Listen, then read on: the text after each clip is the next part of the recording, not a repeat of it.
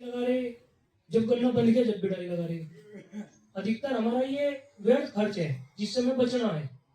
जो ये आज की सभा है इसमें हमें यही सीखना है कि हमें खेती कम लागत में कैसे करनी है और कितनी बढ़िया करनी है। अब मैं अगले वक्ता के रूप में हमारे डॉक्टर साहब हैं, डॉक्टर डी.बी. पांडे जी, जो सीनियर सोइल साइंटिस्ट है, उत्तम ग्रुप एडवाइजर से रनसागर करते हुए आए और संबोधन दे मिट्टी और गन्ने के अच्छे उत्पादन के बारे में।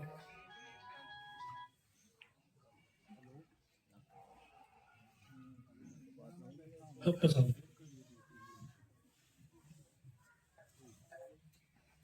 आज के प्रोग्राम के सभापति, उपस्थित सब वैज्ञानिक गण, किसान भाइयों, मैं एक्चुअली महाराष्ट्र से हूँ, पूना से, और आपके साथ यहाँ उत्तम शुगर ग्रुप है, वो ग्रुप के साथ 2011 से मैं जुड़ा हूँ। पहले मैं साल में 2-3 बार आता था, लेकिन लास्ट 4-5 सालों से मैं ज्यादा रहता हूँ इधर। तो गन्ने की खेती के बारे में तो आपका डिस्ट्रिक्ट जो है बिजनौर डिस्ट्रिक्ट ना, मुझे मौका मिला काम करते हुए। मैं वसुंधरा शुगर इंस्टीट्यूट में सीनियर साइंटिस्ट प्रमुख था, हेड डिपार्टमेंट था। मुझे जो भारतवर्ष में जितने भी स्टेट्स है वहाँ जहाँ गन्ना होता है, और बाहर की जो देश है जैसे कि ऑस्ट्रेलिया है, ब्राजील है, वियतनाम है, थाईलैंड है, ऐसे बड़े बहुत सा 8-9 कंट्रीज अच्छा गन्ना होते हैं और करते हैं, वहां जाने का मौका मुझे मिला था। और ये उत्तर प्रदेश में या भारतवर्ष में एक बिजनौर ऐसा डिस्ट्रिक्ट है, यहाँ बहुत अच्छी गन्ने की खेती की जाती है। आज उत्तर प्रदेश में मैंने देखा, आज अभी भी आपके थोड़ा सा 10-15-20 किलोमीटर बाहर जाओ इधर यहाँ से, तो सभी की खेती 2.5 फीट पे 3 फीट पे बुआई करते हैं। आज हमारे शुगर मिल के मिल एरिया में, ऑपरेशनल एरिया में मैंने देखा 80% से ज्यादा लोग चौड़ी विधि करते हैं। और जब मैं घूमता हूँ, बाकी जगह भी जाता हूँ, तो यहाँ की जब खेती देखता हूँ तो मुझे कोल्हापुर क्या याद आती है। कोल्हापुर हमारे एक महाराष्ट्र में ऐसा डिस्ट्रिक्ट है, ये बाउल ऑफ शुगर केन है आपके जैसा, लेकिन वहां की खेती नीट एंड क्लीन जो बोलते हैं ना, देखने लायक होती है, स्ट्रेट क्लीन। जैसे बीच में कुछ सरपसली भी ले ली है तो अच्छे तरीके से देखने लायक फोटो वाले वीडियो निकाले, ऐसी खेती होते हैं। यहाँ आने के बाद मुझे याद होती है, हमारे दूसरे डिस्ट्रिक्ट इसमें भी मिले हैं, यहाँ के मुझे बहुत अच्छा आनंद मिलता है। देखो, मैं जिस प्रदेश में रहता हूँ या है उधर गन्ने की पैदावार कितनी मिलती है। हमारे यहाँ बहुत सारे किसान ऐसे हैं कि प्रति एकड़ 1000 क्विंटल से ज्यादा पैदावार लेते हैं। बहुत सारे किसान हैं, आप जैसा ग्रुप है, आप ग्रुप मेरे ख्याल से ग्रुप है, ये ग्रुप उस तरह से काम करे तो आप भी वो कर पाओगे कि 1000 क्विंटल यानी कि 150 से 200 क्विंटल प्रति बीघा, आपके हिसाब से आप बीघा पर बोलते हैं। तो इसमें करने में हमारे यहाँ आप बहुत नसीबवान हैं। गंगा जैसी नदी बह रही है इधर, गंगा का फ्लड प्लेन, इतनी अच्छी जमीन, फर्टाइल जमीन, इतना अच्छा जलवायु, क्लाइमेटिक कंडीशंस, गन्ने को बहुत सारे फेवरेबल कंडीशंस उत्तर प्रदेश में इसमें यहाँ है। एक बार ऐसा पड़ा था, सूखा पड़ा था महाराष्ट्र में, और मुझे एक टेलीविजन पर बुलाया था, जो विवाद का कार्यक्रम होता है ना, संवाद का, ऐसे इसमें बुलाया। तो वहां हमारे कई लोग जो थे वो बोलते थे कि हमारे यहाँ सूखा पड़ा क्योंकि यार तुम्हारे पानी नहीं, गन्ना क्यों करते हो। और वे उत्तर प्रदेश वहां जो पानी बहुत है, जमीन मिट्टी अच्छी है, जलवायु अच्छा है, वो गन्ने का प्रदेश है, आपका कहाँ है। तो ये सही था, लेकिन हमारे जो ये नकदी पीक, ये फसल है, नकदी फसल है, और उससे कम पानी में भी, कम खाद में भी, कम इसमें भी हम अच्छी पैदावार लेते हैं। और हमारे किसान का जो 1000 क्विंटल लेने वाले किसान जो है, उनके सामने एक हम गणित रखते हैं। मैं भी हर भाषण में मेरे इसमें मैं बताता हूँ, पैदावार अच्छी लेनी है तो दो बातों तो ध्यान देना है। पहले एक, आप पहले देखो आपके खेत में आप बीघा के हिसाब से ले, आप देख लिया तो 1 बीघा में कितने गन्ने होने चाहिए, या 1 एकड़ में कितने गन्ना होना चाहिए। तो हम कभी गन्ने को ऐसे काउंट नहीं करते ना, तब काउंट है क्या बोल रहा है अभी इतने 1 एकड़ के गन्ने कैसे काउंट करेंगे, क्या करेंगे, ऐसी जरूरत नहीं होती काउंट करने की। हमारे ये होना चाहिए कि साधारणतः 1 एकड़ 1 स्क्वायर फुट को 1 गन्ना। इसका अर्थ ऐसा होता है कि हमारे यहाँ 43,560 स्क्वायर फुट का 1 एकड़ होता है, तो 1 स्क्वायर फुट को 1 गन्ना, तो साधारणतः आपके यहाँ 1 बीघे में हिसाब किया तो 7,000 गन्ने होने चाहिए, 7,000 गन्ने होने चाहिए। आपको ये कैसे करना है, खेत में गए तो आप 1-2-3 जगह से गन्ने 10-10 फीट पे कितने गन्ने हैं। यदि आप 4 फीट पर गन्ना कर रहे हो, 4 फीट चौड़ी विधि पे, तो आपके एक लाइन में सबसे कम 10 फीट में 40 गन्ने होने चाहिए। आप 4.5 फीट पे बुआई कर रहे हो तो आपके 45 गन्ने होने चाहिए, और आप 5 फीट पर बुआई कर रहे हैं तो 50 गन्ने एक लाइन में होने चाहिए 10 फीट में। तो साधारणतः आपका 40,000 प्रति एकड़ का आपके गन्ने होते हैं। यदि आपके खेत में 40,000 गन्ने हैं या 1 बीघे में 7,000 गन्ने हैं, और एक गन्ना औसत 1 किलो का निकाला आपने, तो आपकी पैदावार कितनी आनी चाहिए। यदि बीघे में 7,000 गन्ने हैं और एक गन्ना औसत, कोई मोटा भी होगा एक छोटा भी होगा, औसत मैं बोल रहा हूं, औसत 1 किलो का गन्ना कर दिया तो कितने आनी चाहिए पैदावार, 70 क्विंटल की। तो यहाँ किसान कुछ बोलेंगे, अरे 70 क्या, मेरे यहाँ आप जो बोल रहे हैं मेरा गन्ना 1.5-2 किलो का है, फिर भी मुझे नहीं मिल रहा है। इसका अर्थ होता है गन्ने की संख्या नहीं है।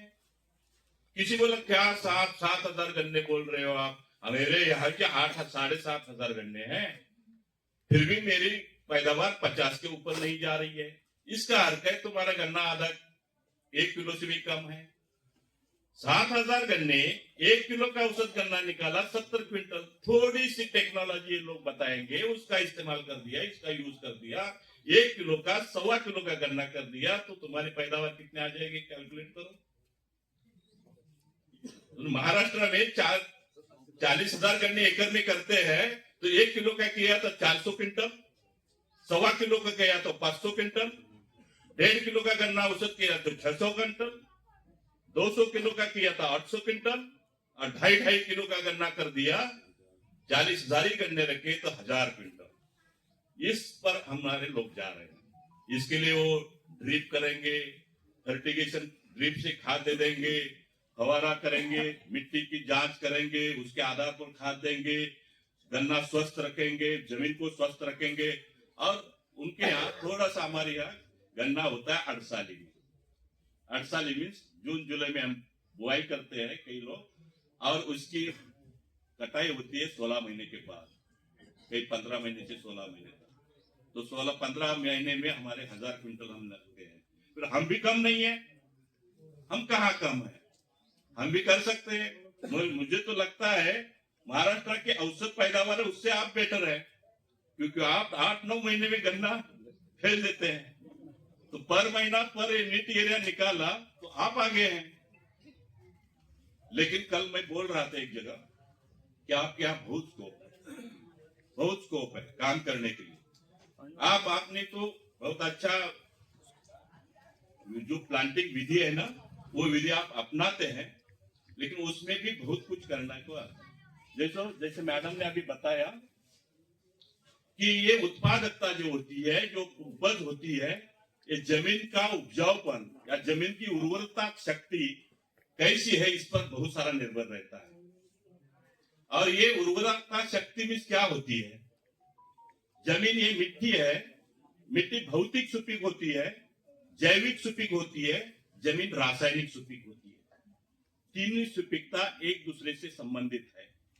भुरभुरी मिट्टी होनी चाहिए, पानी धारण क्षमता अच्छी होनी चाहिए, ज्यादा पानी हो गया तो भी नीचे जाना चाहिए, फिर उसमें हवा पानी का संतुलन अच्छा होना चाहिए। उसके लिए उन्होंने जो बताया कि ऑर्गेनिक कार्बन, ये सेंद्रिय पदार्थ, जैविक पदार्थ 0.5 मिनिमम बोला। मैं तो हमेशा 0.75 1 तक प्रतिशत के आसपास तुम्हारा जैविक कार्बन होना चाहिए। और ये जैविक कार्बन आपने मेंटेन किया तो डेफिनेटली जमीन भुरभुरी रहेगी। ऐसे जमीन में जो उपयुक्त जीवाणु है, जो हमारे मैडम बोलेगी, बताएगी, जो बायोलॉजिकल फर्टिलिटी उसको बोलते हैं, ये हमारे खेत में इतने अच्छे जीवाणु हैं, उपयुक्त जीवाणु हैं, तो उपयुक्त जीवाणु की संख्या बढ़ेगी। एक ये सुई होती है ना, सुई के जब टोक होता है, वो टोकों पर ये दिखाई देता नहीं, आंख को दिखाई नहीं देता, सूक्ष्म जो आपको सूक्ष्मदर्शी जो ये रहता है ना, उसके नीचे देखना पड़ता है, और उसमें लाखों जीवाणु होते हैं, उपयुक्त जीवाणु। हमारे यहाँ पैथोजेनिक जीवाणु की संख्या बढ़ रही है। हमारे यहाँ विल्ट आता है, हमारे यहाँ रेड रॉट आ रहा है, हमारे सारे ये फंगस या फफूंदी है जो मारक, गन्ने को मारक फफूंदी की संख्या बढ़ रही है। और ये जैविक फफूंदी, जब तक हम जो उपयुक्त उस जो फफूंदी मारक फफूंदियां है उसकी संख्या जब नहीं कम करते और इसकी उपयुक्त जीवाणु की संख्या नहीं बढ़ा सकते, तब तक हमारी जमीन जैविक सुपीक नहीं होगी, बायोलॉजिकल फर्टाइल नहीं होगी। और यदि आप में खेत में भौतिक सुपीक है, प्राकृतिक सुपीक है, जैविक सुपीक है, तो आपकी जमीन अल्टीमेटली रासायनिक सुपी होती है। रासायनिक सुपी कहने की, जैसे हमें जो खाद लगता है, पोषक तत्व लगते हैं खाने के लिए, तो ये 16 पोषक तत्व आपको पता है गन्ने को लगते हैं। ये 16 पोषक तत्व जैसे फसल को लगते हैं, उतना सप्लाई करने की कैपेसिटी उस मिट्टी में आनी चाहिए। वो मीन्स ये जो कार्बन, हाइड्रोजन, ऑक्सीजन तो हवा प्रकृति से मिलता है, लेकिन एनपीके है, कैल्शियम, मैग्नीशियम, सल्फर है, माइक्रोन्यूट्रिएंट्स है, ये 16 पोषक तत्व अपने आप उपलब्ध होते हैं। ये तीन ही सुपीकता संलग्न है। इसलिए हम जो हमारी जो मिट्टी के जो उपजाऊपन रखना है, तो आपको अच्छे तरीके से जैविक पदार्थ हो, जैसे गोबर खाद हो, मैली खाद हो, या अपने पास ये गन्ने के खेती में सबसे अच्छा है आपके, इसमें कभी स्टडी हुआ है, पहले भी स्टडी मेरे पेपर पढ़े थे, यहाँ एक धान, गेहूं, धान और उड़द वगैरह करने की एक क्रॉपिंग पैटर्न है। और दूसरा है गन्ना, पौधा गन्ना, फिर उसके बाद तुम्हारी पेड़ी, और पेड़ी के बाद दूसरी कोई फसल होगी या ऐसा फसल। अभी तो वो कम होता रहा है, मोनोक्रॉपिंग सिस्टम चल रही है। मोनोक्रॉपिंग सिस्टम मीन्स गन्ना, पौधा या पेड़ी, पेड़ी के बाद फिर गन्ने की तरफ, कोई उसका ये नहीं कर रहा है। जो फसल चक्र होना चाहिए वो फसल चक्र नहीं हो रहा है। बीच में कोई जैसा हरी खाद जैसा कोई आ गया, हरी खाद करके गन्ना कर दिया, तो हरी खाद से बहुत सनी है, ढैंचा है, तुम्हारे यहाँ बरसिन भी कई कई लोग करते हैं। तो इसी तरह का हरी खाद आ गया तो ऑर्गेनिक मैटर अच्छा है। बहुत सारे लोगों के पास पशु नहीं है, पशु न होने के बाद गोबर खाद कम है, ये इससे है। तो ये गन्ना भी ऐसी फसल है, गन्ने से बहुत सारा सेंद्रिय पदार्थ, जैविक पदार्थ हम गन्ना खुद गन्ने जमीन में डालता है। क्या क्या होता है देखो, गन्ना हम जब बोते हैं, वो पोरिया में होती है ना, पोरिया हम डालते हैं उधर, वो आगे सड़ जाती है, फिर गन्ना आता है, उसके जड़ें आती हैं, जड़ें भी होती है, फिर उसके साथ हर पोरी को एक पत्ती है ना। पत्ती कितनी होती है गन्ने को? गन्ने को पत्ती कितनी होती है? तो एक महिला, एक किसान थी, मैं ट्रेनिंग दे रहा था, हम कोल्हापुर की थी। उन्होंने एक क्वेश्चन पूछा, गन्ने को पत्तियां कितनी होती है? तो हमारे कई साइंटिस्ट गड़बड़ गए, तो ध्यान करने लगे, गन्ना तो ऊपर 1 2 3 4 5 7 8 पत्तियां होती, ऐसा नहीं, गन्ने को हर पोरी को एक पत्ती है ना, इतनी पत्तियां आप गिरते हैं। फिर जब गन्ना काटा जाता है, जो सूखी पत्तियां गिरती है, हमारे यहाँ तो 8 साल में 4-5 क्विंटल प्रति एकड़, क्विंटल नहीं टन, 4 टन पर इतना सेंद्रीय पदार्थ पत्ती से जाता है। हमने कैलकुलेट किया, या हमारे 8 साल में ज्यादा है, 17 तो 18 टन जो ज्यादा पैदावार देने, इतना सेंद्रीय पदार्थ खुद एक गन्ना की फसल से होता है। तो इसी तरह ऑर्गेनिक कार्बन मेंटेन कर दिया, फिर निश्चित स्वरूप से बायोलॉजिकल फर्टिलिटी सुधार सकती है। और जो हमारे यहाँ कमी है उसको बायोलॉजिकल का यूज कर सकते हैं, उसको मोरे मैडम आपको बताएगी अच्छी तरीके से। और निश्चित स्वरूप से आप, मैडम ने एक क्वेश्चन बहुत अच्छा बता दिया, हमारे यहाँ लोग पोटैश यूज नहीं करते, फॉस्फेट भी कमी है। और ये देखो डाई, आप तो यूरिया नहीं, डाई तो हमेशा यूज करते हैं। डाई अमोनियम हर आप फसल बुआई करते समय डाई का कट्टा आपका गिरता ही है, नहीं तो सिंगल सुपर फास्फेट का गिरता है, हर पेड़ी में भी गिरता है, ये होता है। फिर भी आपके मिट्टी में पोटैश कम क्यों, ये फॉस्फेट कम क्यों, इसका मैंने बहुत स्टडी कर दिया।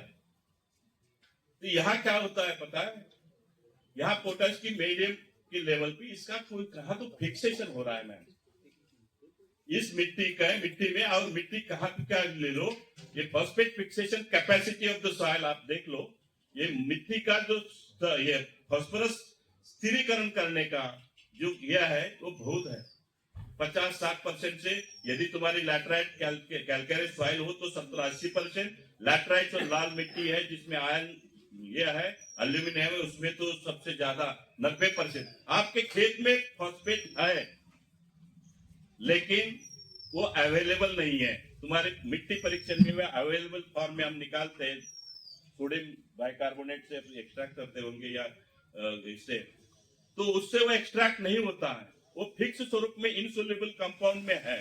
तो इसको कैसे हम अवेलेबल करें, वो बायोलॉजिकल, ये जो ऑर्गेनिक कार्बन अच्छा बढ़ गया, उसमें फॉस्फेट सोलुबलाइजिंग बैक्टीरिया जैसे आपने ये कर दिया, इसका कॉम्बिनेशन कर दिया, तो डेफिनेटली वो अवेलेबल हो जाएगा। वो फॉस्फेट 30-25% हम कम भी कर सकते हैं। ये सही है कि पोटाश यहाँ यूज नहीं होता, ये बीच में पोटाश का सब्जी एनपीके, नाइट्रोजन अकेला यूरिया काम नहीं करता, ठीक, नाइट्रोजन के साथ पोटाश होना चाहिए। एनके का बहुत अच्छा सिनर्जिस्टिक इंटरेक्शन है, जैसे सल्फर का नाइट्रोजन का सिनर्जिस्टिक इफेक्ट है, वो सिनर्जिस्टिक इफेक्ट, ये जो 16 तत्व है ना, इसके इंटरेक्शन अलग अलग रहते हैं, तो इसका यूज बैलेंस होना चाहिए। तो पोटाश के लिए यदि मेरिट ऑफ पोटाश नहीं है कि जो थोड़ा सा बीच में एकदम 800-900 रुपए को एक कट्टा मिलता था, बीच में एकदम उसका भड़का 1700-1800 रुपए हो गया, यूक्रेन का वगैरह जो होता है उसमें से इंपोर्ट न कर पाए, या पॉलिसी में ये हो गया। फिर गवर्नमेंट को लगा कि हमारे पास पोटाश इंडिजिनस होना चाहिए, तो ये मिल की तरफ से ये जो पीडीएम तैयार किया, PDM means potash derived from molasses. ये जो मोलासिस तैयार होता है ना, ये इसमें शुगर फैक्ट्रियों में, उससे जो इथेनॉल बनता है, अल्कोहल बनता है, उसका एक बाय प्रोडक्ट जो होता है स्पेंट वॉश, इसको हाई कॉन्सेंट्रेट करके उसको जलाया जाता है, और उसमें पोटाश है 15% से भी ज्यादा होता है, उसको पोटाश डिराइव्ड फ्रॉम मोलासिस। तुम्हारे एफसीओ में भी ये है खाद, ये एफसीओ फर्टिलाइजर कंट्रोल ऑर्डर जो सेंट्रल गवर्नमेंट की है, उसने वो नोटिफाई भी किए ऐसी ग्रेड है, तो वो नहीं पोटाश तो मिलता नहीं, इसलिए यूज करना नहीं है, ये गलत बात है। पोटाश का बड़ा रोल है। गन्ने का वजन जो आता है, मैं बोलता देता हूँ, जैसे मैडम ने बताया चीनी से वजन बढ़ता है, मैं किसानों को हमेशा बताता हूँ, देखो भाई 2 ग्लास ले लो, 100 ग्राम वजन, 50 ग्राम वजन के 2 ले लो, एक में ऐसी मिट्टी पर एक चीनी डालो, एक में, और दोनों में सेम पानी डालो, लेवल करो बराबर, घोल बनाओ इसका, एक में चीनी है एक में चीनी नहीं है, तो उसका वजन करो, वजन किसका ज्यादा आ जाएगा, चीनी का आ जाएगा। तो एक चीनी, जिसमें चीनी भरेगी पूरी में, उसका वजन आ जाएगा। और चीनी भरने के लिए क्या होना चाहिए, चीनी भरने के लिए तुम्हारी जो ये पत्तियां है ना, ये शुगर मिल जो हमारी इसमें खड़ी है बरकातपुर में, ये चीनी मिल, वो चीनी निकालने का तरीका है। चीनी तैयार होती है अपने खेत में, चीनी मिल है हमारे खेत में, हरी पत्ती जो होती है हमारी, हरी पत्ती जो होती है वो चीनी मिल है। चीनी आपको साइंस ग्रेजुएट कोई हो, इसमें से होगे बहुत सारे, उनको पता है कार्बन हाइड्रोजन ऑक्सीजन से चीनी बनती है ना। C12H22 वो 11 मीन्स कार्बन हाइड्रोजन का संयोग है चीनी, है ना, पता है ना। तो ये चीनी है, ये चीनी उधर तैयार होती है। कहां से आता है कार्बन? कार्बन हवा में है, जमीन में से आता है, जलवायु में कार्बन है, हाइड्रोजन पानी में है, ऑक्सीजन हवा है, हम जिंदा है इसका तो ऑक्सीजन है 21% इसका। ये कार्बन हाइड्रोजन ऑक्सीजन का संयोग होता है। उधर वो चीनी मिल इसके साथ, और जिसको जो बाकी मटेरियल लगता है ना, नाइट्रोजन फॉस्फेट पोटाश ये वो सब, ये 16 पोषक तत्व बाकी 13 वो लगते हैं, और वो चीनी मिल चलती है। ये चीनी मिल चलाने के लिए ऊर्जा लगती है। जैसे ये चल रहा है या फैन हम लगाते घरा, फैन घूमता है, वो ऐसा ही नहीं घूमता ना हवा से, इससे ये घूमता है, उसको ऊर्जा दी है ना, कोई पावर दे दी है हमने, इसके लिए घूमता है वो। लेकिन गन्ने में जो पत्तियों में जो है शुगर मिल, वो कैसी चलती है? उसकी ऊर्जा कहाँ है? उसकी ऊर्जा है सूर्य प्रकाश। सूर्य प्रकाश सनलाइट का यूज करके वहां जो फोटोसिंथेसिस होता है, और उसके होके उधर से चीनी तैयार होती है, और वो चीनी मिल वहां लोड होके पत्तियों से मध्य सिरा से नीचे नीचे नीचे नीचे आती है। उसमें मैडम ने जैसे बोला पोटाश का रोल बहुत बड़ा होता है चीनी वहन करने के लिए, ट्रांसलोकेशन ऑफ शुगर। तो यहाँ से नीचे आती है, जहां पूरी को जहां पत्ती चिपकी है वो गोडाउन, ये है गोडाउन, पत्ती है शुगर मिल, और ये गोडाउन है कोरी। जितनी मिलनी चीनी उधर तैयार होगी उतनी उधर स्टोर हो जाएगी, जितनी उसने खाने के लिए लगेगी। जैसे हम घूम के आ गए या दौड़ के आ गए, दौड़ करके हमकी थकान होती है ना, एनर्जी लॉस होती है। तो एनर्जी लॉस होती है तो हम क्या करते हैं, थोड़ा ग्लूकॉन डी ले लेते हो, तरतरी में एनर्जी लगती है ना, सुक्रोज लगता है। तो वो सुक्रोज जितना लगता है कोरिन से ऊपर ले जाता है बढ़ोतरी के लिए। जैसे वो बढ़ोतरी रुकती है, यानी कि ठंड वगैरह होती है, उस टाइम ग्रोथ रुकती है ना, तो तब उसकी जो चीनी है वो कम लगती है गन्ने को। सारी चीनी तैयार हो गई, इसमें तैयार होती है। इसलिए हम नवंबर में शुगर मिलें चलाते हैं, ठंड पड़ती है तो शुरू करते हैं। तो ये जो शुगर फैक्ट्री जोर से चली, वो चलने के लिए आप करते हैं जैसे 2.5 फीट 3 फीट कर दिया, ऐसे चिपका, एक दूसरे की गन्ने की पत्तियां है ना एक दूसरे के ऊपर ऐसे चिपक गई, तो ये सूरज का प्रकाश कितना कैसा मिलेगा उसको? पूरी पत्ती तुम्हारी सूर्य जो सनलाइट है उसको एक्सपोज होनी चाहिए सभी। तो उसकी जो मिल है, फोटोसिंथेसिस रेट है वो अच्छा बढ़ेगा, चीनी अच्छी तैयार हो जाएगी, बोरे में भरेगी, वजन भरेगा। यही है, इसलिए चौड़ी विधि करना है। और चौड़ी विधि के साथ साथ ये जो बैलेंस फर्टिलाइजर जो है, जैसे गोबर खाद हो, ये खाद, उसका यूज करो, NPK यूज करो, या यूरिया पोटाश डाई का इसका भी इस्तेमाल कर सकते हो। फर्टिलाइजर जो अवेलेबल है वो आप इसका यूज कर सकते हो। उसके साथ साथ जैविक खाद का भी इस्तेमाल करो ताकि हमारी सॉइल फर्टिलिटी मेंटेन होगी।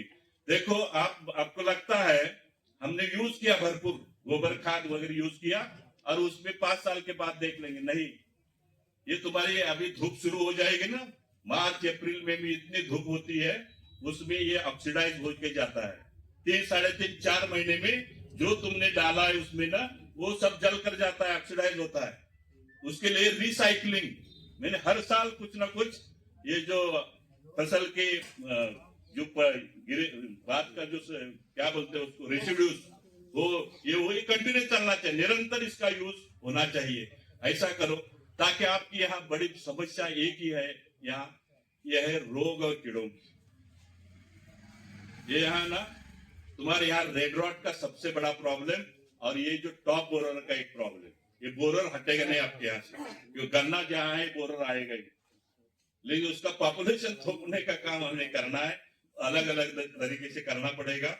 और ये रेड रॉट है या कहीं सडन आती है ना, या उल्टा बोलते हैं आप इसको, या विल्ट बोलते हैं, तो विल्ट बोलते हैं, ऐसी फुफुंदी, बाद में आपको पोकाबंग जैसी फुफुंदी भी आती है। तो ये जो डिसीज, ये जो है ना बीमारियां, ये बीमारियां को एक पहला ये है कि आपकी जमीन ऐसी सुदृढ़ करो, ऐसी करो ताकि ये बीमारियां कम आ जाए। उसमें है स्वास्थ्य है, इसका जो मैंने जैसे बोला, ये रोग कारक पैथोजन फुफुंदिया जो जमीन में है ना, उसको पहले मारो, उसको पहले ये करो। और ये हमारा इसका कारण यह है, क्यों ऐसा हो गया? ऐसा होने का कारण हम ये है, हम क्या, हमारे पास जब ये 238 आप नहीं कर रहे थे ना, उस टाइम में आता था इधर, शुरू में 238 हम वैरायटी आई थी, तो आपने वो पुरानी वैरायटी थी 1148, 700 और कौन सी थी ये रोड थी, और 238 नई नई आई थी, तो उसको भी आपने फेंक दिया था, क्योंकि उसका वो टॉप बोरर से वो होती है। जब कोराजन आ गया तो ये वैरायटी चल गई आगे। तो ये वैरायटी, एक ही वैरायटी ज्यादा से ज्यादा करने का कारण और फसल चक्र न होने का कारण, ये कारण है तुम्हारे रेड रॉट तो ईस्ट में आया था, पहले ईस्ट में आया था, फिर वो कई लोग बोलने के पानी से आता है। भाई गंगा का पानी तो वहां से हिमालय से इधर आता है, नीचे उनके आ जाता है ना, उल्टा पानी कहाँ आता है? तो भी रेड रॉट इधर आ गया। ये हमारे यहाँ, मैंने पहले किरतपुर है ना, अपने किरतपुर के पहले 4 क्लम्प मैंने रेड रॉट के देखे, उसी टाइम में ये धोखा मैंने बताया था कि रेड रॉट आने वाला है। फिर भी हम लोगों ने बहुत प्रयास कर दिया किसानों ने अपने, कि आपने क्लम्प उकाड़े, उसमें ब्लीचिंग पाउडर डाली, उसमें ट्राइकोडर्मा डाला, ये किया, कई किसानों ने उखाड़े और उससे कर दिया। ये तो ये हो गया, लेकिन जमीन का स्वास्थ्य सुधारना, उसके बारे में मैडम आपको बोलेगी। और ये जो टॉप बोरर वगैरह जो आता है, उसके लिए भी उसका पॉपुलेशन, उसकी 7 पीढ़ियां है, 5-6 पीढ़ियां, कब पीढ़ी कब धोखा देगी चलता नहीं, समझ में आता नहीं है। पहले फरवरी में शुरू होती है, उसी टाइम से शुरू करना है उसका जो है ना, उसका पॉपुलेशन। यदि आपने खेत में कोई दिख रहा है, उसके अंडे दिख रहे हैं, तो अंडे को निकालो। तितली है, तितली को पकड़ के मार दो, ताकि वो आगे जाके अंडे, उसको मैटिंग न हो जाए, अंडे न हो जाए। इसलिए ये तुम्हारा फेरोमोन ट्रैप्स है, लाइट ट्रैप्स है, उससे वो खत्म करो। यदि हो गया तो एक बार आए गए तो उसको कट करके एक मास, एक पत्ती पर एक अंडा का पुंज जो होता है वो देख लिया, तो उसके अंदर 250-300 बारीक बारीक अंडे रहते हैं। उसमें जो 300 सुंडियां बाहर निकलती है, और 300 सुंडियां 300 गन्ने को, एक सुंडी एक गन्ने को मार देती है, ये कर देती है। इतना है। यदि आपने उसको नुकसान को धीरे धीरे इसका पॉपुलेशन कर पाया, तो पहली ब्रूड से दूसरी ब्रूड कम आ जाएगी, तीसरी कम आ जाएगी। और उसके साथ जैसे आप ये भी करते हो, बायोलॉजिकल भी उसका यूज करो, ताकि ये आपका गन्ने का फसल का स्वास्थ्य भी अच्छा हो जाएगा। समझ में आ गया? जैसे कि जमीन का स्वास्थ्य, मिट्टी का स्वास्थ्य और फसल का स्वास्थ्य, plant health and soil health, ये दोनों आप संभालो। आपके यहाँ बहुत अच्छे तरीके से आप खेती करते हैं और करोगे।